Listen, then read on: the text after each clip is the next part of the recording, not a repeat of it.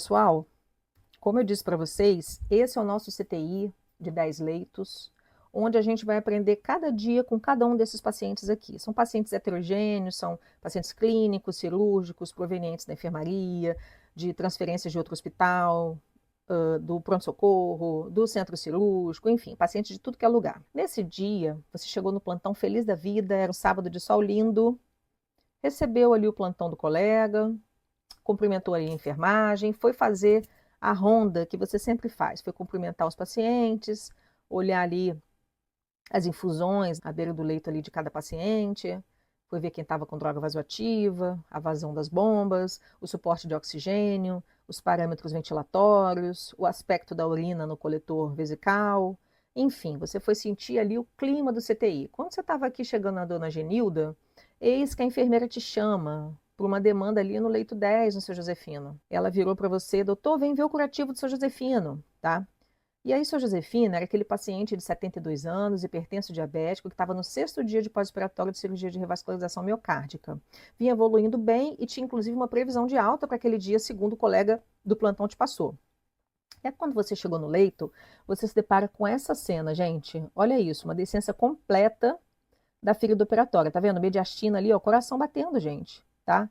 Ó, fio de aço, tudo solto, então uma descença completa, só para vocês entenderem. Isso é uma coisa muito séria, muitas vezes está associada à infecção. O tratamento é longo, é com antibiótico de amplo espectro, na maior parte das vezes, isso é complicadíssimo. O paciente demora muito a melhorar e a sair do hospital. O fato é que você olhou para o seu Josefino para chamar, para perguntar se ele estava com dor, e quando você chamou, mudo o seu Josefino ficou. Ele não te respondeu. E aí, quando você olhou para o monitor do seu Josefino, você se depara com esse monitor. E aí? O que aconteceu com o seu Josefino? No 6º dia de pós-operatório, em vias de ir para casa. Fala para mim. Gente, assim começa a nossa aula de hoje, que é sobre o ACLS e suas atualizações. Olha, não é por nada não, mas essa aula de hoje, gente, está muito rica. Eu sugiro que vocês anotem tudo que for necessário e assistam essa aula quantas vezes forem necessárias, tá bom? Porque o conteúdo que a gente vai dar aqui hoje vai ser conteúdo muito voltado para a prática, tudo mastigadinho, tá? Eu estou acrescentando várias coisas para complementar o algoritmo do SLS. E eu vou dizer uma coisa para vocês. O que vocês vão aprender hoje aqui, se vocês estudarem direitinho, vocês vão ficar com isso medular na cabeça, tá bom? Então tenham à mão essa aula, esse algoritmo. Vocês vão ter também acesso ao material visual para vocês consultarem durante o plantão. Isso vai ter muita serventia para vocês. Só abrindo um parênteses aqui, gente, 80% dos pacientes hospitalizados apresentam alterações dos sinais vitais em até 8 horas antes da PCR. Isso é dado da American Heart Association. O que isso significa, gente? Isso significa que só uma minoria de pacientes para do nada. Sabe aquele paciente que para do nada? Pode acontecer? Pode.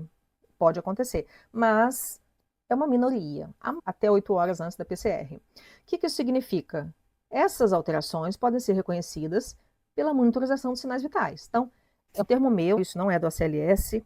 Eu penso que uma vigilância proativa é o que vai identificar essas alterações na monitorização dos sinais vitais e você agindo quando você detecta uma alteração, você pode muitas vezes evitar que uma parada cardíaca aconteça. O que eu chamo de vigilância proativa? É você detectar uma alteração dos sinais vitais e você levantar da cadeira e lá ver o que está acontecendo. Você vai lá e vê se aquilo está real ou se tem alguma interferência. Enfim, é importante todo mundo se comprometer com isso. Não é só a enfermagem e não é só a equipe médica. Todo mundo tem que fazer isso, tá bom? Se todo mundo praticar isso, certamente a gente vai ter uma detecção muito mais precoce de alterações de sinais vitais. Agora vocês imaginam, se o paciente precisa ser monitorizado para identificar uma possível parada cardíaca que vai acontecer. Você imagina alarme silenciado ou até mesmo inativado. Você imagina defeito de monitor. Aí você junta com uma equipe inexperiente, pouco capacitada, junta com uma equipe sobrecarregada e cansada, por exemplo, muitos pacientes para pouca gente, pouco médico, pouco enfermeiro, tá? Você junta com a falta de protocolo institucional, que dependendo do hospital, não tem aqueles protocolos para identificação de sinais de deterioração clínica do paciente. Eu coloquei por minha conta aqui, gente, distrações, uso excessivo do celular, porque na prática, tá, eu vejo que isso interfere muito, tá, na vigilância proativa, tá bom? Bom, pessoal, vamos começar a entregar o ouro. Vamos lá? Então você chegou ali, chamou seu Josefino e ele não te respondeu, tá? Gente, você tem 10 segundos para conferir se esse paciente está em PCR. Você vai localizar pulso central carotídeo, 10 segundos para você checar, tudo bem?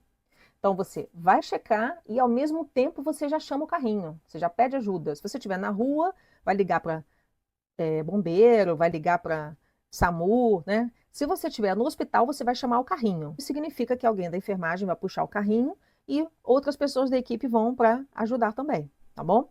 Enquanto isso, você checa, você tem 10 segundos para conferir se ele está em PCR. Se o paciente não tiver pulso e também não tem incursões respiratórias, ou seja, o paciente está em PCR, ou se você estiver na dúvida se tem pulso ou não, imediatamente o que você faz? Inicia as compressões torácicas. A cama, gente, a cama, existe um modo de PCR no controle remoto.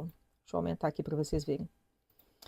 Algumas camas têm, ó, tá vendo esse vermelhinho? É o modo de PCR. Quando você aperta esse botãozinho do controle, a cama vai descer, vai baixar a cabeceira, vai botar tudo a 0 graus. Pra você começar as compressões.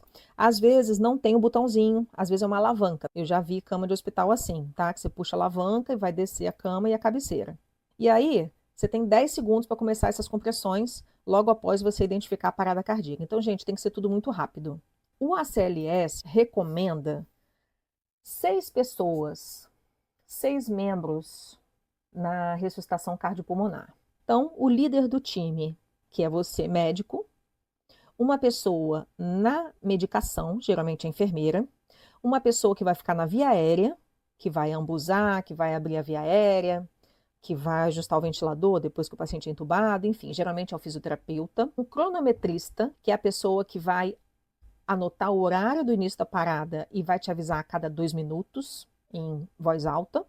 E você vai ter as pessoas que vão revezar as compressões torácicas, tá bom?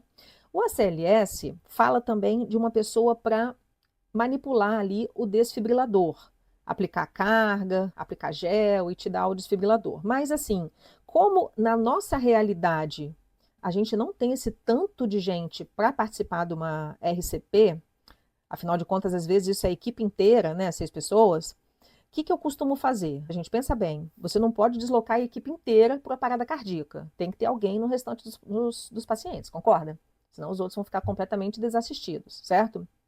Muitas vezes você tem outros pacientes graves também, né? Então, o que eu faço? Eu geralmente fico aqui, ó, na liderança e no desfibrilador. Por quê? Não me perguntem se eu concordo ou não, tá? Mas a desfibrilação com o desfibrilador do hospital é ato médico. O que isso significa? Que profissional BLS, enfermeiro, fisioterapeuta, técnico de enfermagem, não pode desfibrilar com o desfibrilador do hospital, tá bom? Os profissionais BLS só podem desfibrilar com o DEA, que é aquele desfibrilador externo automático que está em campos de futebol, shopping, grandes congressos. O DEA, que é aquele dispositivo que você não tem que fazer análise do ritmo, ele mesmo faz para você. Então, o DEA pode ser manipulado pela enfermagem. Mas como o desfibrilador é você mesmo que vai fazer o choque, podem observar que eu não estou usando aqui o termo cardioversão, porque cardioversão não acontece na parada cardíaca. Cardioversão acontece nas taquiarritmias instáveis, tá bom? Usa o aparelho de desfibrilador, mas existem algumas diferenças que depois eu vou dizer para vocês em outros momentos, tá bom? Então vamos lá. Então o que eu faço? Geralmente eu fico nessas duas situações aqui, porque se eu tiver que fazer choque, vai ser eu mesma que vou fazer, tudo bem? Isso se eu estiver na posição de líder, tá? Porque tem esse outro detalhe, se tiver mais médico, gente, um médico é o líder e o outro médico é membro, tudo bem? E aí esse membro vai obedecer o comando do médico que é o líder, combinado? Senão fica aquela bateção de cabeça, aquele monte de gente dando ordem, vira uma confusão. Isso é importante, tá bom? Então vamos lá. O carrinho chegou junto com a enfermagem e aí, imediatamente, o paciente é conectado aos cabos do desfibrilador. Gente, enquanto isso, as compressões torácicas estão sendo feitas, tudo bem? Estão sendo feitas. Então, o paciente é conectado aos cabos do desfibrilador. E as compressões estão sendo feitas com a cama totalmente a 0 grau, daquele jeitinho ali que eu mostrei. Como é que tem que ser essas compressões? Fala para mim. Alguém sabe? Eu vou mostrar já já, tá bom? Braço esticado, tudo isso aí, exatamente. Bom, vamos lá. O que a gente tem que fazer? Uma das recomendações mais recentes do ACLS é que seja colocada uma prancha rígida embaixo do paciente. Essa prancha rígida, normalmente, ela fica aqui na lateral do carrinho, e ela é normalmente de acrílico, mas a recomendação da ACLS é o seguinte: se for atrasar as compressões, não coloque. Tá? Então, se a equipe for uma equipe treinada, que consegue levantar o paciente ali 3 segundinhos e enfiar a prancha embaixo ali no dorso do paciente, ok. A equipe não for treinada, meu amigo, fica sem a prancha mesmo, porque senão você vai perder muito tempo para fazer isso, tá? Qual que é o objetivo da prancha rígida? Fazer com que o paciente não seja massageado sobre uma superfície mole, principalmente o paciente com colchão pneumático. Você imagina, o paciente vai ficar afundando na cama, você não vai fazer realmente uma compressão, certo? Então, ideal é colocar a prancha rígida, tá bom? Prestar atenção, porque muitas vezes a gente esquece disso, tá? Então, enquanto estão sendo feitas as compressões torácicas, o fisioterapeuta já acoplou esse paciente no que é o dispositivo que a gente chama bolsa, válvula, máscara, e é importante que a pessoa que vai ventilar esse paciente não ventile de forma excessiva, tá? Nem com muita e nem muito rápido quando for fazer as ventilações, tá? Porque isso vai piorar o prognóstico do paciente, vai diminuir o retorno venoso. Então é importante o quê? Lembrar muito disso aqui, gente. É 30 compressões para 2 ventilações, quando o paciente não está entubado ainda, tá? Então, são feitas compressões, 2 ventilações. 30 compressões, 2 ventilações. Lembrando que esse ambu tem que estar ligado ao oxigênio no máximo, tá? No máximo, abre o máximo ali, vai ficar a bolinha acima de 15 litros. Então vamos lá. E aí você conectou o paciente imediatamente ali no desfibrilador, ele está sendo massageado e ambusado, numa proporção de 30 para 2, tá? Já colocou a prancha rígida. E aí, qual é o próximo passo? Que, gente, é fundamental fazer isso muito rápido. Você tem que identificar se esse paciente tem um ritmo chocável ou não chocável. Pessoal, é inadmissível um paciente entrar em parada cardíaca e depois você receber esse paciente no CTI e o colega da emergência não saber te dizer nem em que ritmo esse paciente parou, tá? A conduta muda por completo, pessoal. Olha só, nos ritmos chocáveis, vocês vão aprender aqui que a prioridade é o quê? São as compressões e o choque, e não acesso venoso ao tubo. Vocês acreditam que uma vez eu estava de plantão num lugar e um paciente parou, e era um ritmo chocável, tá? O paciente estava monitorizado, eu vi direitinho lá que era uma taquicardia ventricular polimórfica, e o paciente estava sem pulso. E eu pedi para puxar o carrinho. Na mesma hora, a enfermeira chegou para mim e perguntou: qual tubo, doutora? O que eu respondo para a enfermeira, gente? Quando ela me pergunta qual tubo? Falem para mim. Uma resposta educada, gente, pelo amor de Deus. Gente, eu não preciso de tubo. Não é tubo que eu quero quando eu tenho um ritmo chocável. A última coisa que eu vou pensar nesse momento é tubo, gente. O que você precisa fazer quando você tem um ritmo chocável? Fibrilação ventricular ou taque ventricular, seja monomórfica ou polimórfica, mas sem pulso. É o quê? Choque. Toda vez que vocês verem esse azulzinho aqui, gente, é o choque, tá bom? Então, você vai fazer um choque sem apertar aquele botãozinho da sincronização, tá? Começa já com 200 joules, tá bom? E eu, há muito tempo, não vejo um desfibrilador monofásico, desses que você tem 360 joules. Na última vez que eu vi, acho que eu estava fazendo residência ainda de cardio. Tem muitos anos isso já. Então, geralmente, os desfibriladores são bifásicos, mas na dúvida, você coloca 360 joules, tá, gente? Porque tem que ser uma desfibrilação imediata, tudo bem? Então, deu o choque, E aí, após dar o choque, o que você faz? Verifica o pulso? O que você faz? Não verifica o pulso, de jeito nenhum. Deu o choque, acabou de dar o choque, imediatamente reassume as compressões por 2 minutos e já prepara o acesso venoso. Já pede para checar se aquele acesso venoso está funcionando. Tá bom?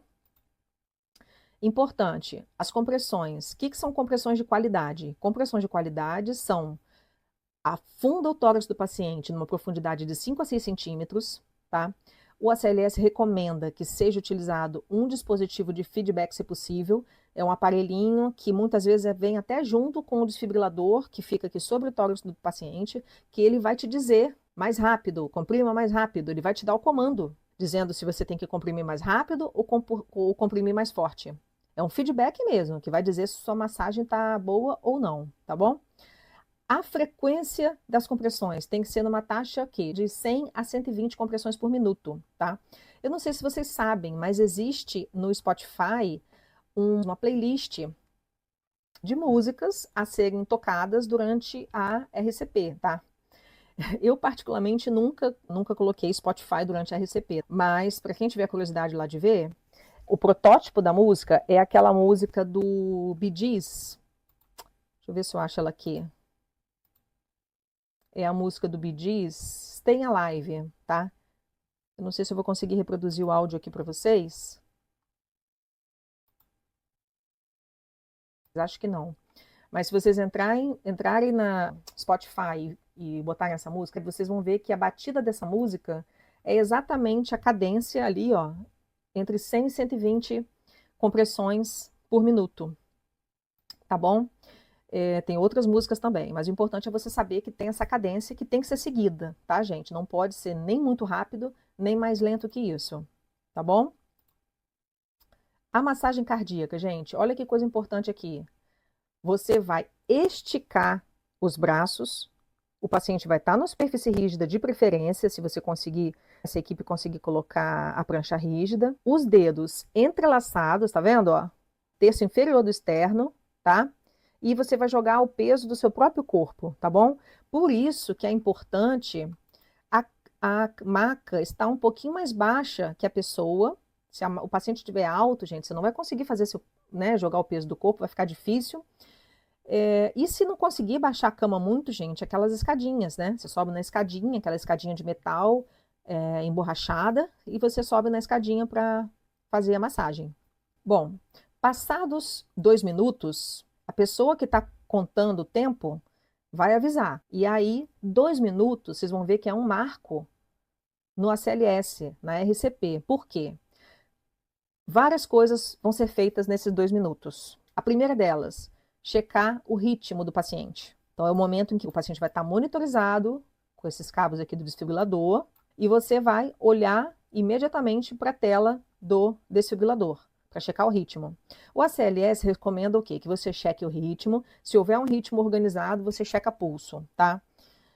E isso é o que o ACLS fala. Eu faço um pouquinho diferente, tá, gente? Por minha conta, mas eu tenho que falar isso para vocês. Eu checo o ritmo junto com o pulso. Então, eu olho para a tela do desfibrilador, do monitor do desfibrilador, já checando o pulso central aqui carotídeo. Faço as duas coisas ao mesmo tempo, tá bom? Mas se cair na prova de vocês, prova de título, de especialista ou prova de residência, é checar o ritmo que o ACLS manda, tá bom? Então, nessa hora que você está checando o ritmo, que pode durar 10 segundos apenas, tá? É a hora que vai revezar a pessoa que está fazendo as compressões torácicas. Tudo bem? Até aí? Então, muito bem. Então, checou o ritmo, tá? Você viu que você só deu um choque ainda, conferiu o acesso venoso e não fez medicação nenhuma, tá certo? Aí você checou o ritmo. Continua em ritmo chocável. Você vai dar um novo choque. Ele manda dar sempre um choque igual ou maior ao último choque dado. E aí sim, gente, depois do segundo choque, você vai fazer adrenalina 1 miligrama a cada 3 a 5 minutos. Gente, eu particularmente acho muito difícil essa coisa de a cada 3, 5 minutos. Eu acho difícil você contar o 2 minutos para checar ritmo e mais o 3 a 5 minutos. Então eu acho confuso na minha cabeça. O que eu prefiro fazer? Eu recomendo a vocês. Adrenalina, ciclo sim, ciclo não. Lavou o acesso, eleva o braço. Vocês vão entender aqui. O que que é ciclo 5? Observem que a adrenalina no ritmo chocável é só depois do segundo choque, tá vendo? Tudo que é azulzinho aqui, gente, é o choque. Então, só depois do segundo choque que entra a adrenalina. Então, deu choque, fez adrenalina, RCP. Sempre assim, choque, RCP. E aí, nesse meio tempo, faz adrenalina, tá? Imediatamente adrenalina. E aí, vamos lá. Depois desse segundo choque, se esse paciente estiver ventilando bem, lembrando que não pode hiperventilar, né? E aí, o que que é ventilar bem? É um oxímetro adequado, é isso? Não, gente, esse paciente não vai ter nem oximetria, esse paciente está parado, né? O que que é ventilar bem? É você ver o tórax do paciente expandindo, certo? Você vê que o ar não está vazando ali pela máscara, está tudo bem, está ventilando, está bem acoplado ali, 30 compressões para 2 ventilações. Então, se esse paciente está ventilando bem, você pode manter esse paciente na ventilação combo 30/2, tá, gente? Tudo bem? Não é obrigatório entubar o paciente em ritmo chocável logo inicialmente. Não é prioridade, lembra? Tá bom? Então, beleza. Agora, se esse paciente não está expandindo o tórax bem e você está vendo que a ventilação não está adequada, aí você vai ter que partir para uma viária avançada. O que é a viária avançada? Tubo orotraqueal, máscara laríngea e tubo laríngeo. Digamos que você já saiba entubar, já seja experiente, você vai e entuba o paciente, certo? Digamos que você seja muito bom em entubar plantando bananeira. O que que você vai fazer? Entubar plantando bananeira. Por quê? O objetivo é você interromper o mínimo possível as compressões torácicas e entubar logo. Resolver a via aérea avançada logo. Tudo bem? Como vai fazer isso? Se vai ser tubo, se vai ser máscara laríngea ou tubo laríngeo, o ACLS não coloca uma obrigatoriedade. O que que ele reforça muito? Se você não sabe entubar, se você não tem experiência, cara, não tenta ficar aprendendo a entubar naquele momento, tá? Passa a máscara laríngea no paciente. E aí eu vou colocar aqui para vocês, gente, ó, um link. Eu comprei máscara laríngea, eu recomendo que vocês tenham também, tamanho 4 e tamanho 5, tá? A máscara laríngea tamanho 4, ela vai de 50 a 70 quilos. E a tamanho 5 é de 70 a 100 quilos. Acima de 100 quilos é a número 6, eu não tenho não, é menos comum da gente usar, né? Então, assim, eu não ganho nada com isso não, tá, gente? Não é propaganda, nada disso, mas eu acho interessante eu compartilhar aqui, porque eu ando com isso dentro da minha mochila, tá? Chegou rapidinho, tá? Então foi tranquilo ali para comprar. Eu acho que vale muito a pena a gente ter, tá bom? Porque você pode precisar usar na parada cardíaca, tá bom? Vamos lá. Digamos que você entubou esse paciente. O ACLS recomenda que seja usado, gente, o capnógrafo. Não sei se vocês já viram um capnógrafo. A gente usa bastante em paciente neurocrítico, com hipertensão intracraniana. O capnógrafo vai medir PaCO2 do ar exalado desse paciente. Então, se você entuba um paciente e o capnógrafo mostra 0, tá vendo? Não tem CO2 exalado. Esse tubo não está na traqueia. Esse tubo está no estômago, tá vendo? 12, baixinha. Essa ressuscitação cardiopulmonar, gente, não tá legal. Não está legal, porque o paciente está liberando na expiração pouco PCO2, então ele está trocando muito pouco.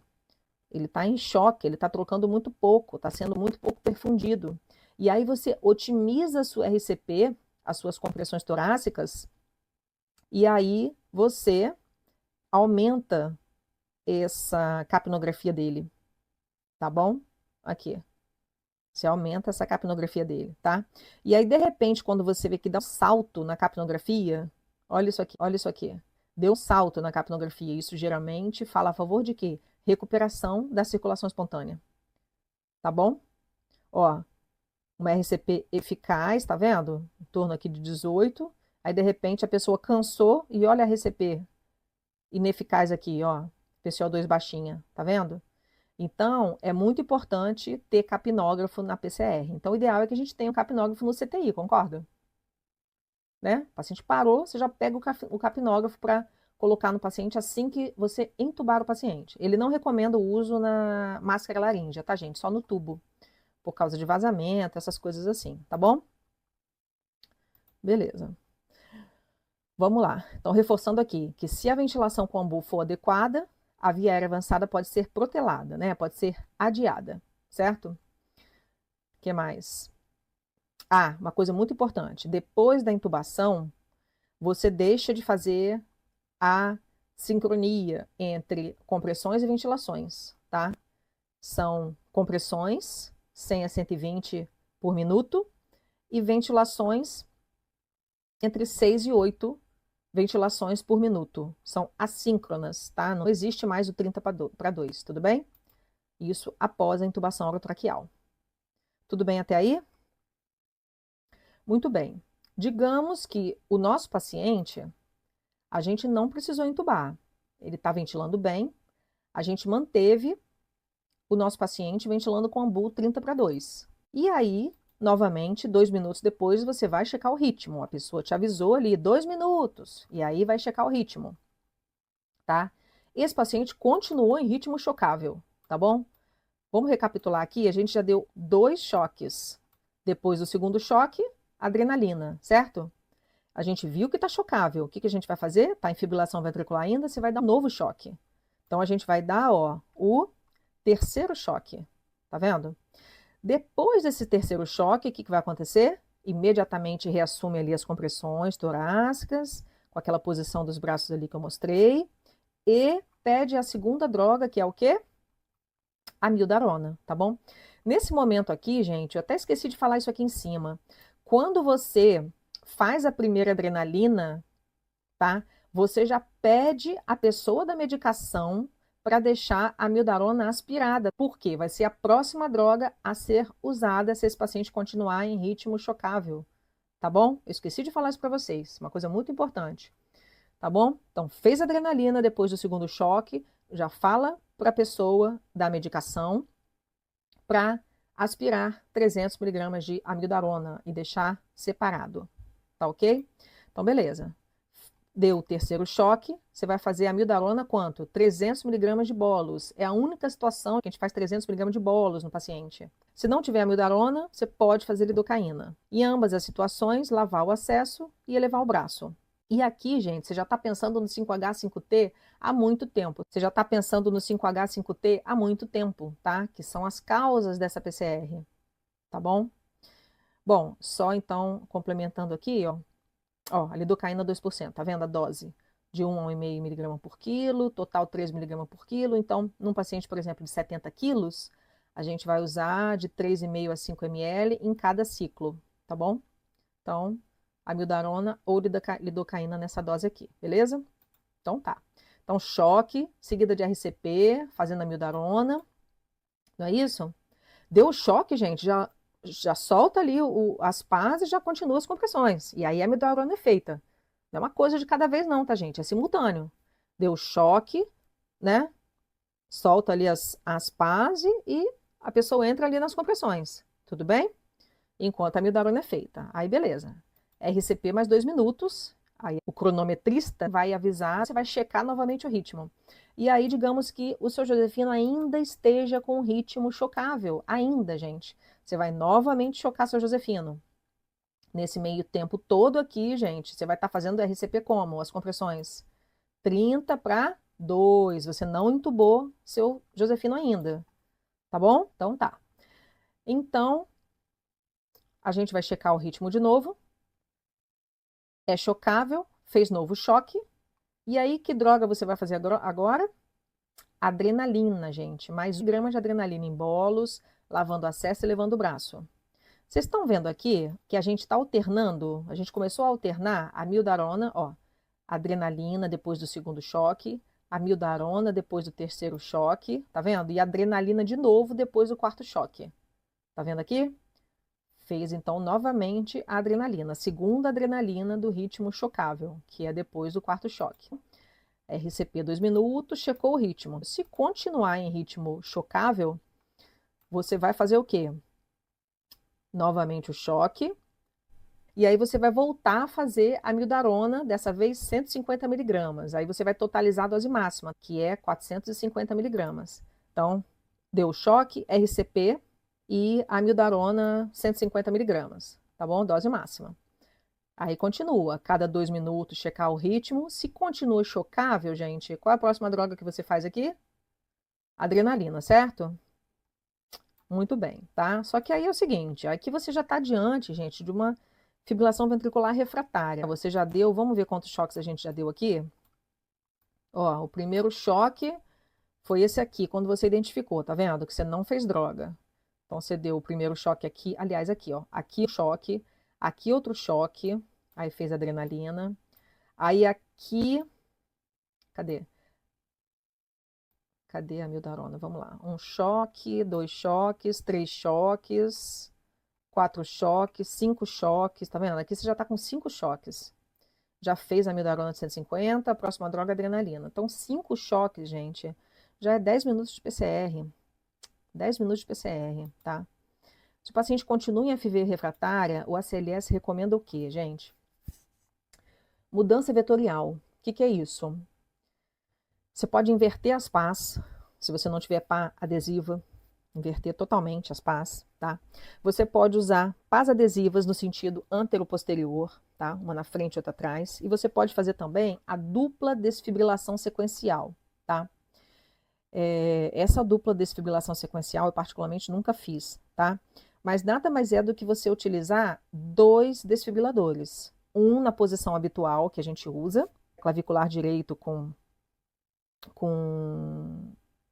ictus aqui à esquerda, e outro com pá adesiva na região antero-posterior. E aí você aplica o choque em um e imediatamente aplica o choque em outro, em menos de 1 segundo de diferença de tempo. Ó aqui como é que fica. Ó, o primeiro desfibrilador com as pás e o segundo desfibrilador com as pás. O objetivo é o quê? É que a corrente elétrica atravesse todo o coração para que possa resetar ali o sistema de condução e dar um delete ali naquele caos elétrico da fibrilação ventricular. Então, muito bem. E agora, vou comentar uma coisa com vocês aqui. Você já deu 5 choques no paciente, você já fez desfibrilação dupla sequencial e o paciente continua em FV. Quando que você encerra os esforços de ressuscitação? Tá? Isso depende muito do paciente, depende do que ele tinha antes, depende das comorbidades, da idade, do ritmo de parada inicial, depende do capnógrafo. Qual foi a capnografia desse paciente durante a RCP? Um paciente que ficou 20 minutos em RCP com capnógrafo abaixo de 10, gente, esse paciente foi muito mal perfundido durante a RCP. Esse paciente não vai voltar. Então, você é encorajado a encerrar essa RCP. Muitas vezes a decisão é difícil, tá, gente? E a fadiga da equipe contribui muito com essa decisão. Às vezes a equipe não está aguentando mais, nem raciocinar mais. Uma coisa é fato. Uma coisa é você encerrar os esforços num paciente idoso de 70 anos que parou em assistolia por uma sepse pulmonar. Outra coisa é você encerrar os esforços num paciente de 50 anos que infartou e parou em taque ventricular ou em FV, entendeu? Então, assim, eu particularmente eu acho bem mais difícil de encerrar os esforços quando é um ritmo chocável, né? E agora, digamos que o seu Josefino tivesse um ritmo não chocável. Lembra quando a gente monitorizou ali, conectou os cabos do desfibrilador e o seu Josefino tem um ritmo não chocável, a sistolia ou a ESP. Gente, o ACLS usa um mnemônico chamado cagada, que é o quê? Cabos, ganhos e derivações. O que que isso significa? Toda vez que vê uma linha isoelétrica, e para isso é importante você conhecer o desfibrilador do seu setor, do seu serviço, você precisa confirmar, olhar se está tudo ok, com cabos, ganhos, derivações.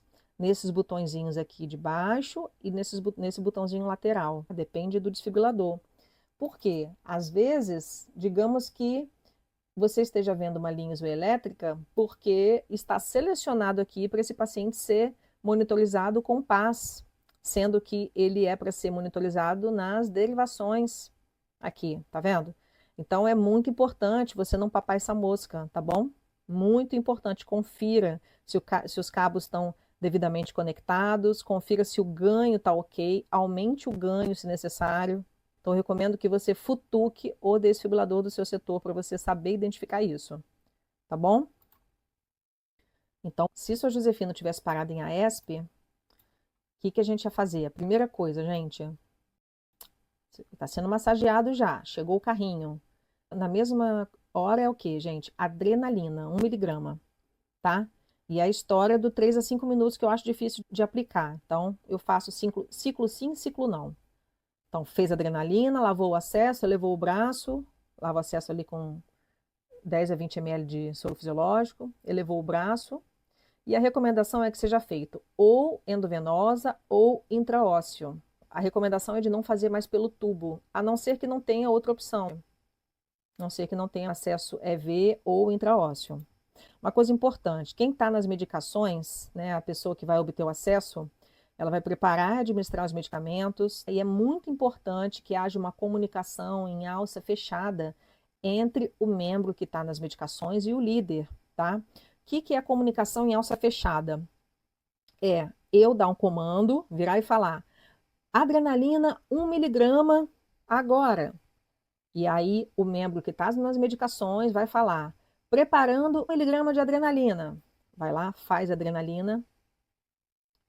1 miligrama de adrenalina feito. Ou seja, eu dou o comando, ele me sinaliza que ele entendeu o comando e faz ali o que foi mandado e confirma que fez, entendeu? Então, isso se chama comunicação em circuito fechado, para evitar erro de comunicação, que é um dos piores erros que podem acontecer durante a parada cardíaca. Tá bom? Então, ele vai comunicar o líder no início da administração do medicamento e no final da administração do medicamento, para não ficar aquela coisa. E aí, já fez adrenalina? Mas fez ou não fez? Fica aquela coisa confusa, tá bom? Então, o líder dá o comando, a enfermeira repete o comando que escutou, faz a medicação e confirma que fez. Tudo bem? Um vai e volta assim de mão dupla, tá bom? Muito bem. E aí, gente, fez adrenalina, e aí tá lá, RCP 2 minutos. Em momento nenhum você parou a RCP, tá percebendo aqui? Você não interrompe a RCP aqui para dar choque. Então, não existe choque aqui. Então, assim que você identificou o ritmo não chocável, inicia as compressões, 30 para 2, o paciente não está entubado ainda, né? Quando deu 2 minutos, o que tem que fazer? Checar o ritmo, né? Mas aí você já fez adrenalina logo de cara, tá, gente? Identificou, já faz adrenalina imediatamente, tá bom? E aí, RCP 2 minutos, checou o ritmo, e aí, se esse ritmo é chocável, você vai para a trilha de ritmo chocável que a gente já viu. Se for não chocável, você vai fazer adrenalina agora, novamente? Não vai, porque é ciclo sim, ciclo não. Então, ó, observa que você fez adrenalina aqui, assim que você identificou a ESP ou a sistolia, RCP 2 minutos, checou. É não chocável? Só RCP 2 minutos, tá bom? E aí, depois de 2 minutos, checar o ritmo. Lembrando que essa checagem de ritmo sempre é no máximo 10 segundos, tá, pessoal? Isso serve para todas as PCRs, seja ritmo chocável, seja ritmo não chocável, e na dúvida, reiniciar a massagem cardíaca, se você não tiver certeza se tem pulso ou não. Tudo bem? Muito bem. Então, no ritmo não chocável, para reforçar, a prioridade é o quê? São as compressões, o acesso venoso ou intraósseo e adrenalina, certo? Você só vai fazer pelo tubo se não for possível fazer endovenoso ou intraósseo, e mesmo assim, temporariamente, até você colocar o acesso venoso ou intraósseo, tudo bem? Eu trouxe aqui para vocês a foto do Big, que é um dispositivo, esse aqui ó, de adulto, esse de criança, para punção intraóssea. Tem alguns sítios específicos que você pode fazer, no rádio, na tíbia, no maléolo. Você regula aqui a profundidade da agulha, tá vendo? Tá? E aí você dispara aqui a agulhinha. Ó, aqui tá o quê? Aqui tíbia, maléolo e rádio. Tá vendo? As opções aqui. Tá bom? E aí, caso não tenha o acesso venoso. É só um detalhe, o ACLS não obriga que seja um acesso venoso profundo durante a RCP, tá bom? Basta um acesso venoso, contanto que você leve o membro, se for periférico, leve o membro e dê o flush de soro após a droga usada. Muito bem.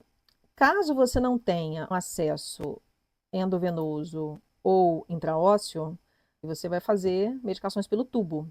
Aí existe um mnemônico Navel, tá vendo? Naloxona, atropina, vasopressina, epinefrina, que é adrenalina, né? E lidocaína, Navel, tá vendo? São as medicações que podem ser feitas pelo tubo. Caso seja necessário, você vai fazer 2 vezes a dose habitual, na verdade, 2 vezes a 2 vezes e meia, tá? A dose habitual que você faria venosa. E diluída em soro fisiológico 10 ml. Então, quando é venosa, adrenalina, amiodarona, você não dilui. E quando é pelo tubo, você dilui para 10 ml de soro fisiológico. E aí você vai fazer pelo tubo, ambusar 2 vezes sem interromper as compressões torácicas. Lembrando que isso aqui é só em último caso, se você não tiver outro acesso, tá? Gente, a prioridade do acesso venoso é tão grande que eu já coloquei gelco 14 na veia femoral de paciente, na PCR sem acesso periférico, tá? Então, realmente tem que ser uma coisa assim, para ontem. Não dá tempo de fazer antisepsia, não dá tempo de nada. Joguei um álcool, pum, meti a agulha, depois você imediatamente tira esse acesso, bota um acesso limpinho, né, com condições ideais de antisepsia, mas depois você pensa nisso, né? O momento, o importante é você salvar a vida do doente naquele momento ali, né? Tá bom?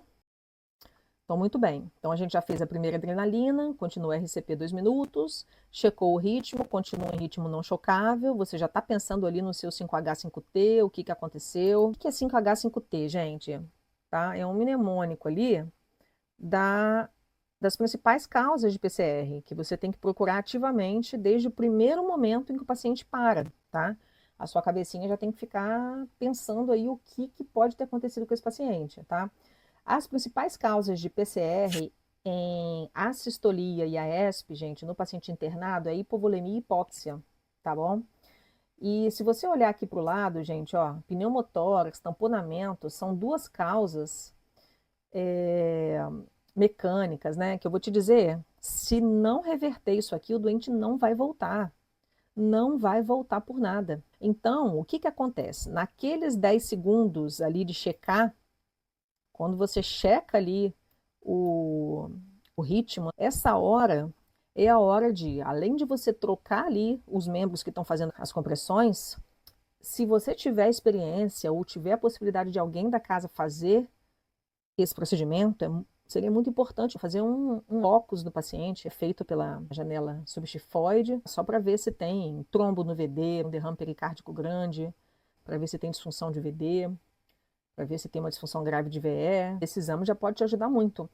Eu já vi, durante uma PCR, um trombo deste tamanho, o VD todo preenchido por trombo, numa PCR, tá? Esse paciente chegou a recuperar o pulso, mas voltou a parar novamente e tinha uma contraindicação absoluta. Ele tinha acabado de ter um AVE hemorrágico, não podia fazer trombólise. Então, mas a gente conseguiu fazer o diagnóstico per parada cardíaca, mas foi em vão, infelizmente, né? Mas só para frisar que é importante, se houver a possibilidade de fazer, mas não pode atrasar a sua PCR e tem que ser feito em 10 segundos, tá? Naquele momento em que está checando ali o ritmo, tá bom? E trocando os compressores.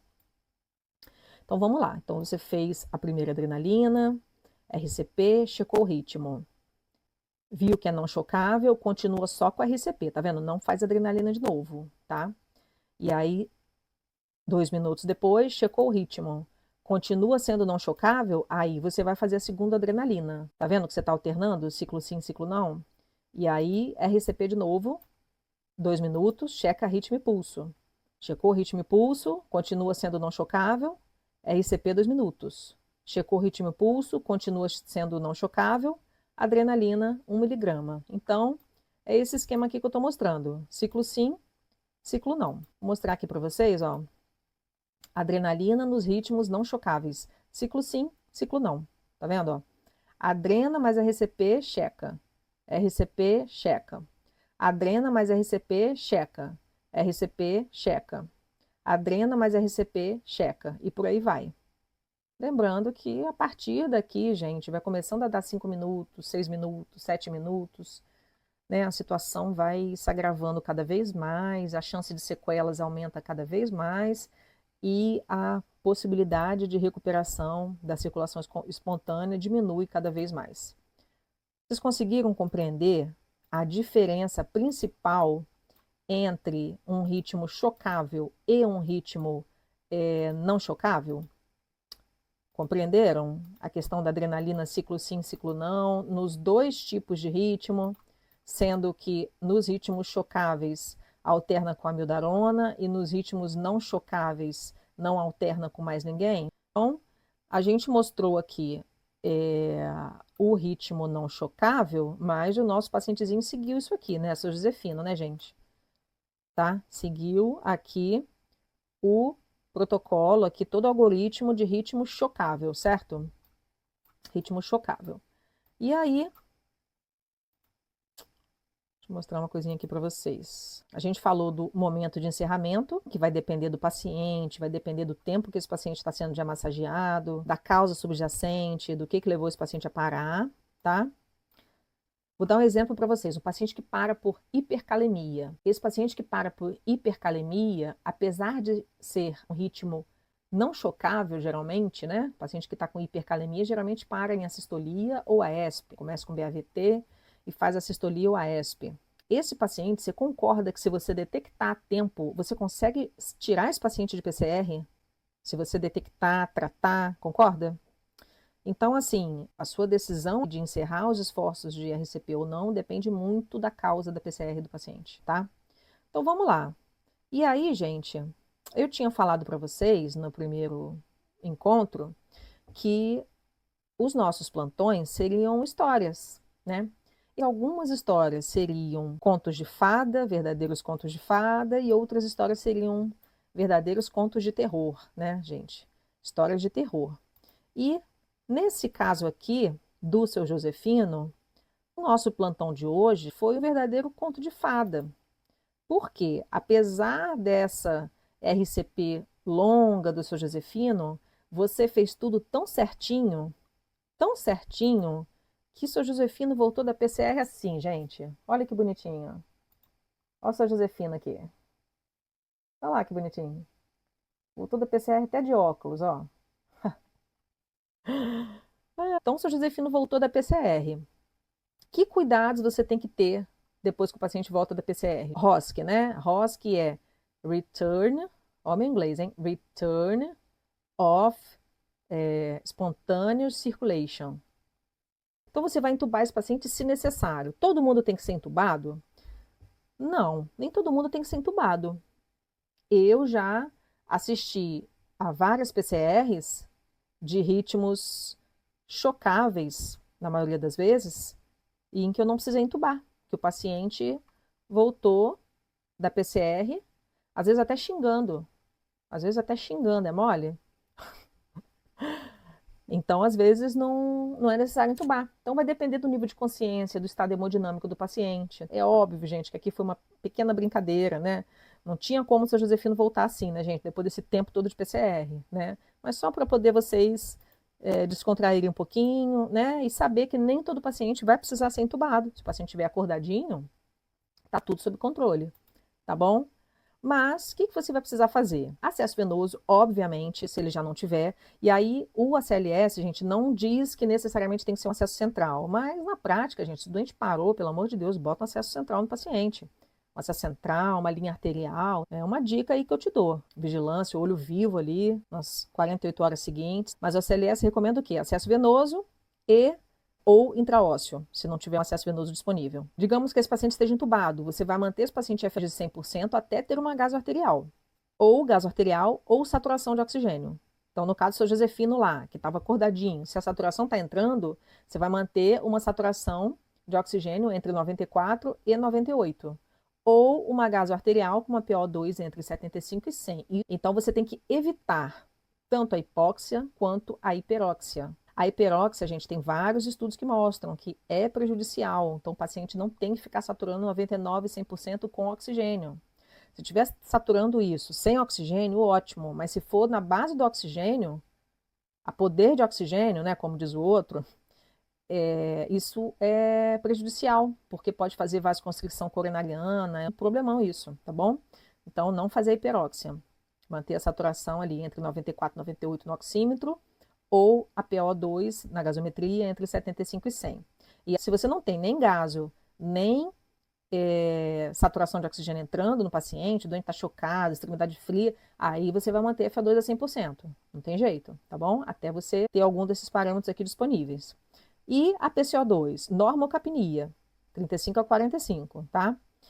PA média, antigamente se achava que ficar hipertenso seria melhor. Hoje a recomendação é que ele tenha ali pelo menos 60 de PAM, tá bom? Controle de temperatura. Antigamente se recomendava a hipotermia. Hoje em dia a recomendação principal é o quê? Paciente que está comatoso não pode fazer febre, tá? Então, não pode passar de 37,5 de temperatura, pacientes comatosos por até 72 horas. 3 dias que esse doente não pode fazer febre. Custe o que custar, tá? Dipirona regular, gelo nas áreas ali de circulação de grandes vasos, como axilas, virilha, né? Resfriamento através de soro, resfriamento através de manta, enfim, tá bom? Considerar hipotermia terapêutica em pacientes comatosos entre 32 e 34 graus Celsius. Considerar, mas não fala também que é obrigatório, tá bom? Anticonvulsivantes, não fazer profilaxia, só se tiver crise convulsiva clínica ou né, eletroencefalograma com padrão rítmico e periódico, aquelas alterações lá equivalentes lá a crises, certo? Aí é importante você ter acompanhamento multidisciplinar, acompanhamento da neurologia, para avaliar esse eletroencefalograma. Ele fala, paciente comatoso, fazer uma tomografia nessas próximas 72 horas, tudo bem? E os cuidados multidisciplinares, tanto do paciente quanto da equipe, certo? Isso aqui, então, gente, é muito importante. Não vale o paciente recuperar o pulso, não vale recuperar o pulso e você virar as costas e deixar o paciente lá. O doente vai parar de novo se você não tiver identificado a causa da parada e não tomar os cuidados pós-ROSC. Então, não vale largar o doente depois da parada, tá bom? É um doente que você vai ficar em cima dele o plantão todo. Então, gente, não dá muito gosto você fazer uma RCP no paciente e o paciente voltar e ficar bem? Óbvio, né, gente, que aqui foi uma pegadinha de humor que eu botei aqui para descontrair, seu Josefino, com tanto tempo de PCR, muito provavelmente esse paciente não estaria assim, mas é muito bom ver o paciente se recuperar, ver que a RCP foi feita de forma adequada. Uma coisa muito importante que a CLS recomenda também, gente, é o debriefing. O que é debriefing? É quando acontece a PCR e aí termina, seja com o falecimento do paciente, seja com a recuperação da circulação espontânea, ele fala no debriefing, que é o quê? Uma discussão da equipe no sentido de você identificar e pontuar as principais correções a serem feitas, conversar sobre o que poderia ter sido feito melhor, para da próxima vez ser melhor ainda aquela assistência ao paciente. Gente, a função do líder, isso está escrito na CLS, tá? Cada membro tem a sua função. A função do líder, além de liderar, né, de definir, tem que conhecer o algoritmo, né? Vai definir cada conduta que vai ser feita, ele vai interrogar o 5H5, ele vai coordenar a ação de cada membro e ele tem que supervisionar, ele tem que ver se está certo.